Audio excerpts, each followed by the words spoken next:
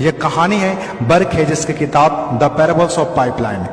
एक छोटे से गांव में दो दोस्त रहा करते थे, ब्रूनो और पाब्लो, जो बड़े सपने देखा करते थे। एक दिन किसी न किसी तरह वो गांव के सबसे अमीर आदमी बन जाएंगे।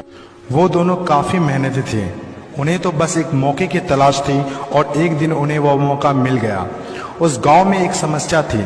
गांव वाले को पानी लाने के लिए नदी में जाना होता था और आधा दिन पानी लाने में ही गुजर जाता था।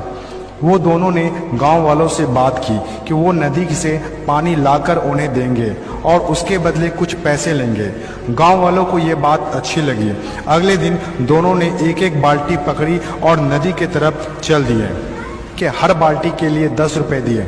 ब्रूनो बहुत खुश हुआ, लेकिन पाब्लो को इतनी ज्यादा खुशी नहीं थी। पाब्लो को बाल्टी ढोने की वजह से उसके पीठ में दर्द हो रहा था और हाथों में छाले पड़ गए थे।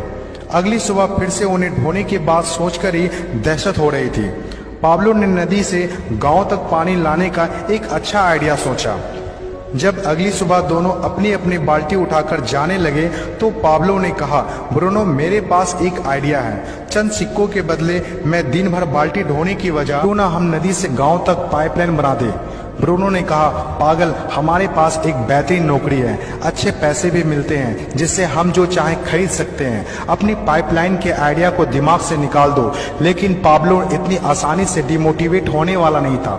उसने अपने दोस्त को पाइपलाइन बनाने का आइडिया अच्छे से समझाया। हम लोग दिन के आधे समय बाल्टी ढोने का काम करेंगे और आधे समय और छुट्टियों के दिनों में पाइपलाइन का काम करेंगे। ब्रूनो ने पाब्लो की बात नहीं मानी। पाब्लो जानता था कि पथरीली जमीनों में पाइपलाइन बनाना आसान नहीं होगा, लेकिन पाइपलाइन बनने के बाद जो मिलेगा उससे वह इंस्पायर होकर काम करता रहा। जब पाब्लो अपना पाइपलाइन बनाता था तो गांव वाले उसकी मजाक उड़ाया करते थे, ये देखो पाब्लो द पाइपलाइन।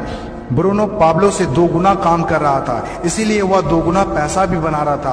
पहले कुछ महीने तो पाब्लो की मेहनत का कोई फल नहीं दिख रहा था, लेकिन पाब्लो खुद को बार बार याद दिलाता रहता कि कल के सपने आज के त्याग से ही होते हैं, और आखिर में वही हुआ जो होना था। पाइपलाइन बनकर तैयार हो गया। अब पाब्लो सोता था तो भी पैसा आता था, नहाता था तो भी पैसा आता था, खाता था तो भी पैसा आता था, वह कहीं बाहर घूमने जाता था तो भी पैसा आता था। जितना ब्रूनो ने 3 साल में कमाया था उतना पाब्लो ने 3 महीने में कमा लिया। गांव में जितना पानी बहकर जाता था, पाब्लो के जेब में उतना ही पैसा बहकर आता था। और मेरे हिसाब से direct selling business is the best opportunity. इस कहानी से हम 5 बातें सीखते हैं। पहला, विजन का होना। विजन सबके पास नहीं होता। विजन जो आंखों से नहीं सोच से देखी जाती है। इस दुनिया में 5% लोग के पास ही विजन होता है और वही इस दुनिया में कुछ बड़ा करते हैं। दूसरा, सबसे इंपॉर्टेंट, जब भी आप कुछ हटके करेंगे तो लोग आपका मजाक उड़ाएंगे, ठीक उस पाब्लो की तरह। तीसरा, लगातार काम करना। विजन पर काम करना आसान नहीं होता है। इसमें जबरदस्त फोकस के साथ तब तक काम करना होगा जब तक आप उसे कंप्लीट ना कर ले। चौथा, खुद को इंस्पायर करना। अपने आप को इंस्पायर करने के लिए वो देखना होगा जो पाइपलाइन बनने के बाद आपको मिलेगा। अपने सपनों को विजुलाइज करना होगा ताकि अपने आप को मोटिवेट और इंस्पायर कर सके।